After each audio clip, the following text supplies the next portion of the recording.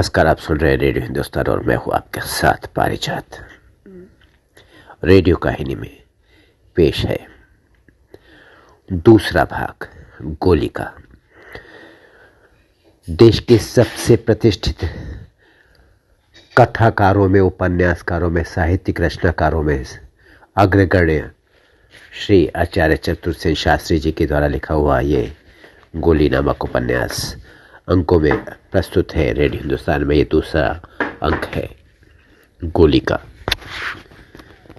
इस उपन्यास का नाम है गोली, जो राजपूत राजाओं के धरातल पर, उनके इतिहास पर, उनकी जीवन शैली पर और उसके बहुत छिपे हुए अंदरूनी हिस्से पर प्रकाश डालता है। मेरी माँ के अन्नदाता एक छोटे से ठिकाने के ठाकुर थे। उनके ठिकाने की आय बहुत सीमित थी, जिसकी पूर्ति वो डाके डलवा कर करते थे। उनके अमल पानी और रनवास के खर्चे इसी से चलते थे। उनके अधीन जोरावर धाड़ेमार डाकुओं की टोलियां थी। ये टोलियां ठिकाने में डाका नहीं डालती थी, दूसरे राज्यों में ऊंटों पर चढ़कर लूटमार करती थी। लूट के माल में से 1/3 ठाकुर को मिलता था, शेष डाकू लोग आपस में बांट लेते थे। इन डाकुओं की बदौलत ठिकाने में भी ठाकुर की भारी धाक थी। ठिकाने का कोई बनिया या दूसरी जाति की रैयत अपने बेटे बेटी का विवाह उस समय तक नहीं कर सकते थे जब तक ठाकुर को लाग न देते। लाग में एक छकड़ा भर आटा, मैदा, घी, चीनी, चावल, कपड़ों के धान और कुछ नकदी में रुपए भी होते थे। रैयत की हैसियत के अनुसार इस लाग की मात्रा कम या अधिक होती थी। लाग लेकर लड़के या लड़की वाला ठाकुर की गढ़ी में हाजिर होकर अरदास करता था कि उसके बेटे बेटी के विवाह मंजूर कर लिया जाए, हुक्म फरमाया जाए। तब ठाकुर लाग की जिन्सों की पड़ताल करते थे। संतोषजनक पाने पर विवाह की स्वीकृति देते थे। जो कोई लाग नहीं देता था उसकी बारात लूट ली जाती थी या दुल्हन उड़ा दी जाती थी। विवाह होने के बाद दुल्हन को सबसे पहले ड्योढ़ियों में हाजिर होना पड़ता था। पसंद आने पर कभी कभी ठाकुर ही सर्वप्रथम दुल्हन का कौमार्य भंग करते थे। केवल ठाकुर के सजातीय राजपूत और ब्राह्मण ही इस लाग डांट से मुक्त थे। मेरी माँ सपरिवार माता पिता के साथ यहाँ दहेज में आई थी। उस समय उसकी आयु केवल 15 वर्ष की थी। मेरी माँ के माता पिता, भाई बहन सब मिलकर कुल 7 लोग थे। मेरी माँ सबसे छोटी और सुंदर थी। ठाकुर की उस पर शुरू से ही नजर थी। मेरी माँ के पिता एक वीर पुरुष थे। तलवार चलाने में उनके जोड़ का आदमी आसपास दूर दूर तक नहीं था। अपनी शूरता की विशेषता के कारण ही वो सपरिवार घोड़ा और तलवार सहित दहेज में दिए गए थे। विवाह के समय कुंवरी की उम्र मेरी माँ के समान कच्ची थी। हम बात कर रहे हैं कुंवरी की। कुंवरी मेरी माँ को बहुत मानती भी थी। ससुराल आकर मेरी माँ कुंवरी की खास खवासिन के रूप में रात दिन चाकरी में हाजिर रहती थी। कुंवरी, आप समझ गए ना, कुंवर साहब की पत्नी को कुंवरी कहा जाता है। आगे चलकर मेरी माँ पलंग सेविका बना दी गई और फिर पैर में सोना देकर पड़दायत बना दी गई। पड़दायत बना देने के कारण मेरी माँ का विवाह किसी गोले से नहीं हुआ। वो ठाकुर की रखेलों में से एक हो गई। ये गोले गोलियों के लिए कम सम्मानजनक बात नहीं थी। पड़दायत का मामला भी एक खास घटना के कारण हुआ। एक दिन ठाकुर एक युद्ध में गए। यह युद्ध वास्तव में एक धाड़ थी। किसी दूसरी रियासत के राजा की एक बारात ठिकाने की सीमा से होकर गुजर रही थी। सूचना पाकर धाड़ेती लोग सांडनियों पर सवार होकर उसके पीछे लग गए, पर बारात के साथ काफी सिपाही और लाव लश्कर था, इसलिए ठाकुर स्वयं भी इस मुहिम पर डाकुओं के साथ गए। उस समय मेरी माँ के पिता घोड़े पर सवार ठाकुर की रकाब के साथ थे। बारात पर धाड़ पड़ी तो बारात के लोगों ने डटकर डाकुओं का मुकाबला किया। उसमें ठाकुर के प्रायः सभी साथी डाकू मारे गए।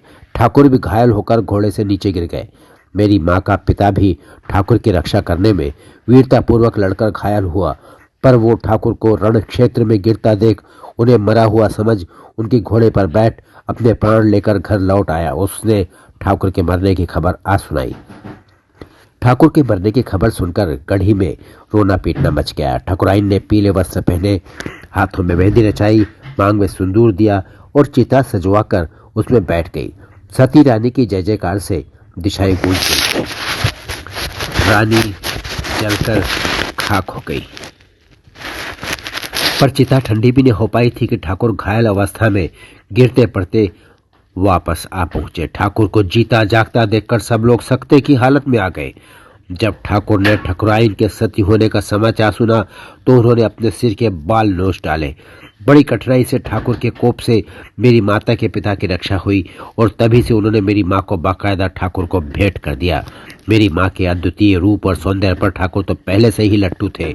उसने पैरों में सोना देकर परदायत बना दिया मेरी माँ को, किंतु मेरी माँ के पिता की तलवार और घोड़ा छीन लिए गए और ये आन फेर दी गई कि अब से कोई गोला टिकाने में कभी न घोड़े पर चढ़ने पाएगा न तलवार बांध सकेगा।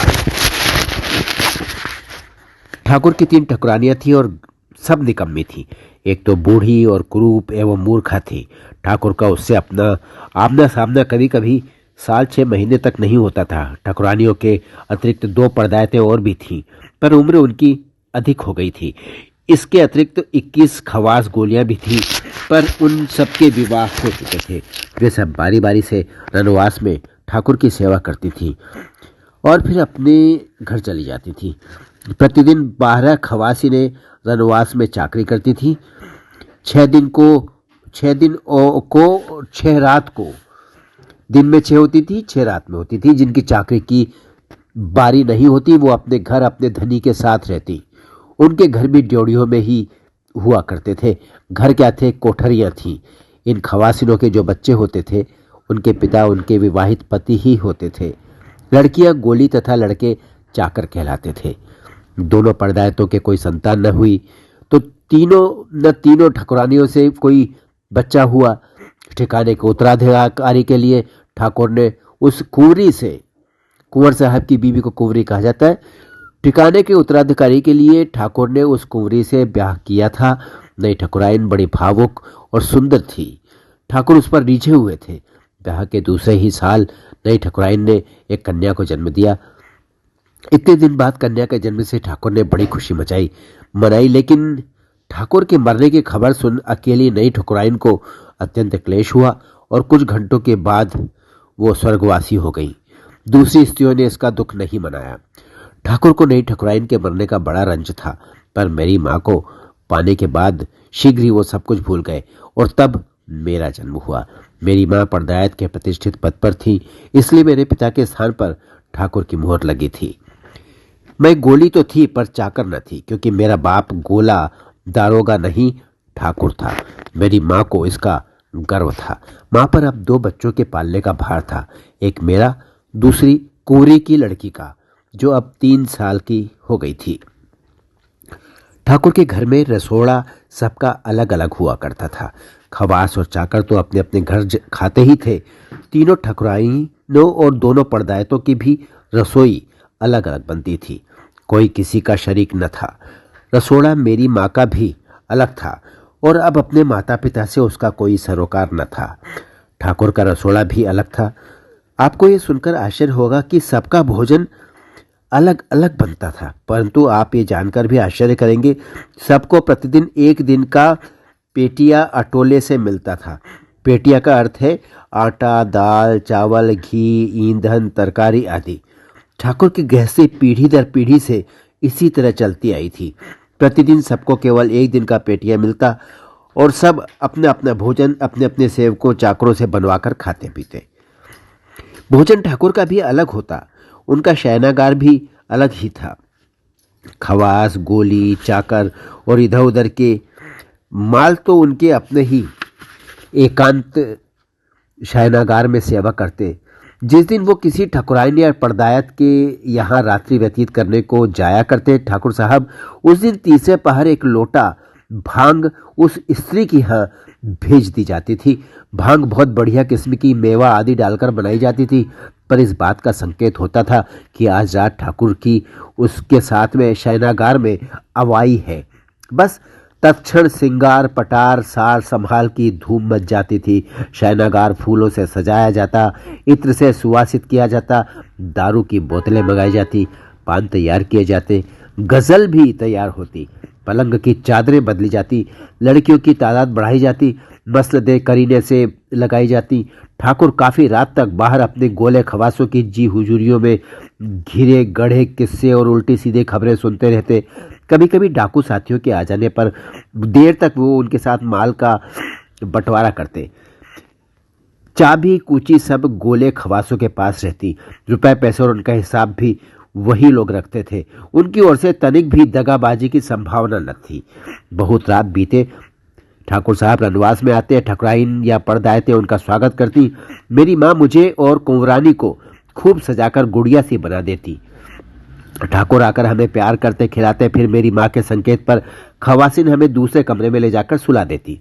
इसके बाद शयनागार में पलंग दासियां हाजिर होती। किसी के हाथ में ठंडे पानी की झारी, किसी के हाथ में पंखा मोरछल, किसी के हाथ में मद्य पात्र और प्याले। मद्य का प्रथम प्याला मेरी माँ खुद ही बनाकर डालकर ठाकुर को देती। दाढ़ी ने मांड गाती, दारुड़ो दाखारे पियो उमराओ।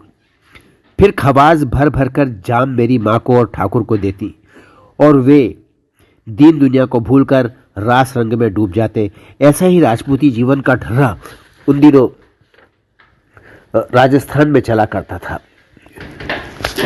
चारणों का प्रभाव। कुंवरानी और मैं शीघ्र ही आपस में काफी हिल मिल गए।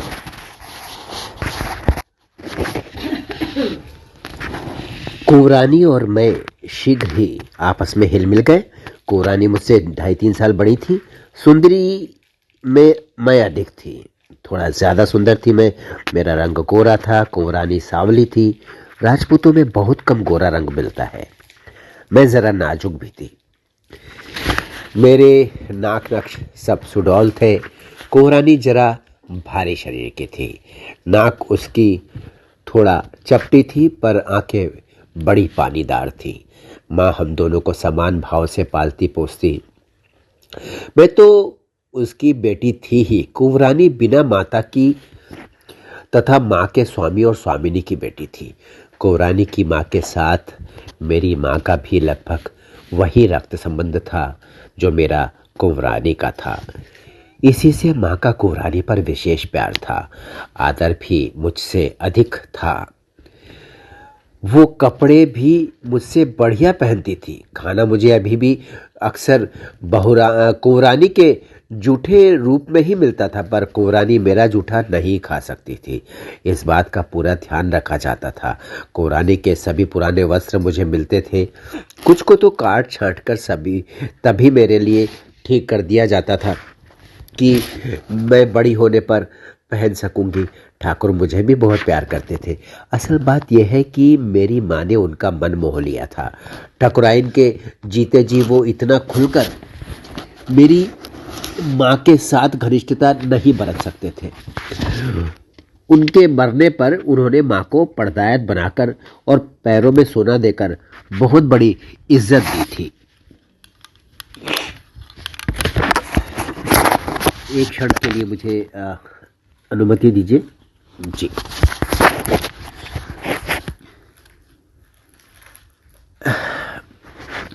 आप इस बात पर थोड़ा हंस सकते हैं, परंतु हम गोलियों के लिए सचमुच ये बड़ी प्रतिष्ठा की चीज थी। आजकल प्रतिष्ठा का मापदंड बदल गया है। तब हम गोला गुलामों की प्रतिष्ठा का यही मापदंड था। किसी गोली का परदायत पद पर जाना और पैरों में सोना पहनना सचमुच ही गौरव और प्रतिष्ठा की चरम सीमा थी। धीरे धीरे हम दोनों ही बड़ी होने लगी, मैं और कुंवरानी। हमारे पिता ठाकुर पहले ही काफी उम्र के थे, अब वे वृद्ध होने लगे थे। राजपूतों का जीवन बड़ा असंयत और अस्त व्यस्त होता है। एक प्रकार की रूक्षता, कर्कशता और कठोरता उनकी जीवन संगनी होती है। ठाकुर साहब का जीवन भी ऐसा ही था। साधारणतः थोड़ा पढ़े लिखे व्यक्ति थे। स्नान, पूजा पाठ नित्य करते थे। मुझे बचपन के वो दिन याद आते हैं जब हमारे घर के पुरोहित, पोपले मुंह वाले बूढ़े ब्राह्मण नित्य प्रातःकाल गंगोदक और अक्षत लेकर ड्योढ़ियों में आते और जय पृथ्वीनाथ कहकर ठाकुर साहब का अभिनंदन करते थे। उनके सिर पर पवित्र गंगोदक और अक्षत का मार्जन करते थे। संस्कृत के श्लोक उच्च स्वर में पढ़कर रोली चंदन का तिलक लगाते थे। ब्राह्मण हमारे ऊपर भी अक्षत पुष्प का मार्जन करते थे। उनका पोपला मुंह मुझे बहुत अच्छा लगता था। जब वो जय हो का उच्चारण करके मेरे माथे पर और कुंवरानी के मस्तक पर अक्षत पुष्प डालते थे, हम लोगों को हंसी आ जाती थी। ठाकुर साहब शैव थे, शिव जी की पूजा करते थे, नित्य शिवालय में जाकर लिंगार्चन करते थे। संस्कृत के बहुत से श्लोक, भक्ति की कविताएं और दोहे उनको याद थे। डिंगल की कविता का उन्हें शौक भी था। कदाचित वो डिंगल की कविता कभी कभार ही किया करते थे। ठाकुर साहब के घराने का चारण साल में एक दो बार ठिकाने में आता। वो बहुत बूढ़ा चारण था। उसकी सफ़ेद दाढ़ी थी, लाल आंखें थी, पर वो बड़े डील डौल का शानदार आदमी था। कवित्व पढ़ने का ढंग उसका बड़ा प्रभावशाली था। उसकी वाणी तेज और चेष्टा उत्तेजक होती थी। जब वो वीर रस की कविता, कवित्व, दोहे ऊंचे स्वर में पढ़ता, तब अपने भाई बंदों के साथ दरबार में बैठे ठाकुर झूम झूम जाते। विदायगी में चारण को 101 रुपया, एक पाग और सिरोपाव मिलता था। प्रशस्ति में चारण जो उच्चारण करता था, उसका अभिप्राय ये होता था कि आपके बाप दादों ने हमारे बाप दादों को 1 करोड़ पसाव बख्शा था। आपका ये दान भी करोड़ पसाव से कम नहीं है हमारे लिए। मुझे याद आता है कि कुंवरानी के विवाह में ठाकुर ने इस चारण को घोड़ी दी थी और उन महाराजा की तरफ से जिन्होंने कुंवरानी को ब्याहा था, इसे 1 हाथी और 1 गांव दिया गया था। उन दिनों राजस्थान में चारणों का बड़ा मान हुआ करता था। कोई राजा ठाकुर के चारण का अपमान करने का साहस नहीं कर सकता था। ये भी एक विचित्र सी बात थी, जैसे राजपूतों से हम गोले, गोलियों, चाकरों और गुलामों की जाति उत्पन्न हुई थी, तो ठाकुरों के खरीदी संपत्ति के समान गुलाम की भांति जीवन यापन करते थे। वैसे ही उन्हीं में से इन चाकरों की भी जाति का उदय हुआ था। ठाकुर राजा जहां हम चाकरों से चरण सेवा कराते थे, वहां इन चारणों को स्वयं चरण सेवा करते थे। इन चारणों की वो स्वयं चरण सेवा करते थे। वे ब्राह्मणों का भी सत्कार करते थे, पर वो सत्कार दान मान तक ही सीमित था। चारणों का सत्कार दूसरे ही ढंग का होता था। बहुत बार तो चारणों की पालकी में राजा को कंधा लगाते सुना गया है। चारण केवल राजपूत ही का दान अंगीकार करता था और उसी का न ग्रहण कर सकता था, किसी दूसरी जाति का नहीं। यहाँ मैं चारणों की मर्यादा की एक कहानी आपको सुनाती हूँ। दाता के पिता बड़े कांटे के ठाकुर थे। वो उस जमाने के पुरुष थे जिस जमाने में राजपूतों की तलवार में जंग नहीं लगती थी। उनका ठिकाना तो आज से भी छोटा था, पर ठसक बड़ी थी। एक बार ऐसा हुआ कि प्रसिद्ध चारण कवि करणीदास जी ठिकाने पर आए। करणीदास जी बड़े भारे कविराज थे। बड़े बड़े राज दरबारों में उनका मान था। अनेक राजाओं ने उन्हें करोड़ पसाव दान दिया। वो जिस राजा का यश बखानते थे, वो राजस्थान में विख्यात हो जाता था। वो हर ठिकाने जाकर कीर्तिगान स्वयं गाया करते थे। बड़े बड़े छत्रपति उन्हें दान मान से संतुष्ट करके उनसे अपना कीर्तिगान कराते थे। चारण की वाणी द्वारा ही राजाओं और ठाकुरों की कीर्ति अमर रहती थी। ठाकुर ने जब चारण की अघाई की सूचना सुनी, तब वो वेश बदलकर 16 कोस चलकर गए और उन्होंने चारण की पालकी में कंधा लगाया। चारण को इस बात की कुछ भी खबर ना पड़ी।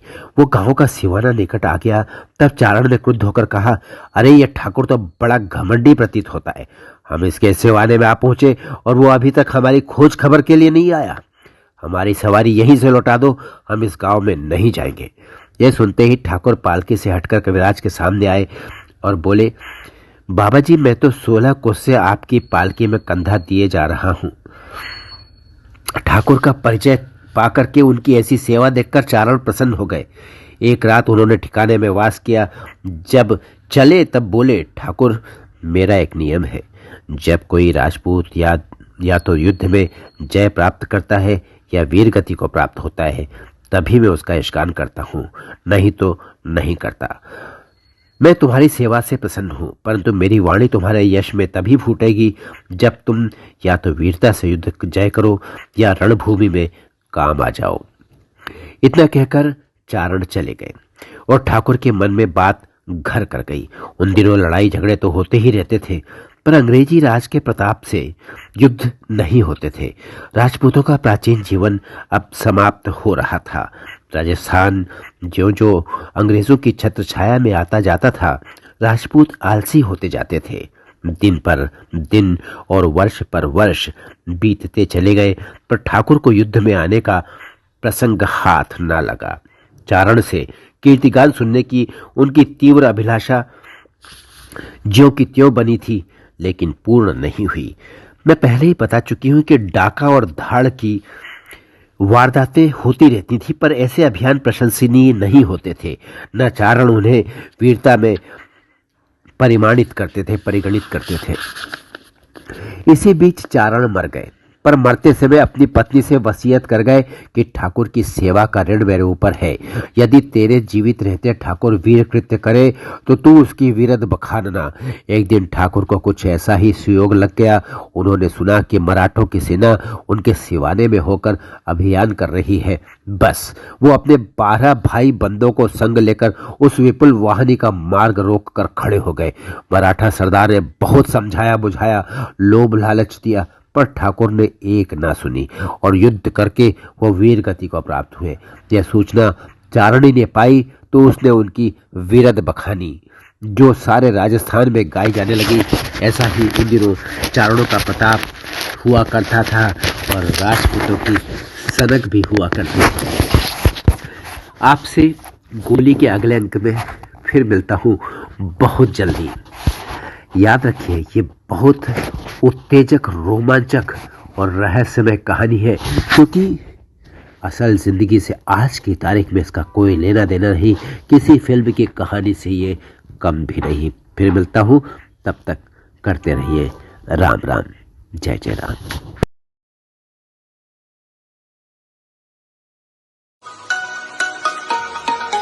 रेडियो हिंदुस्तान।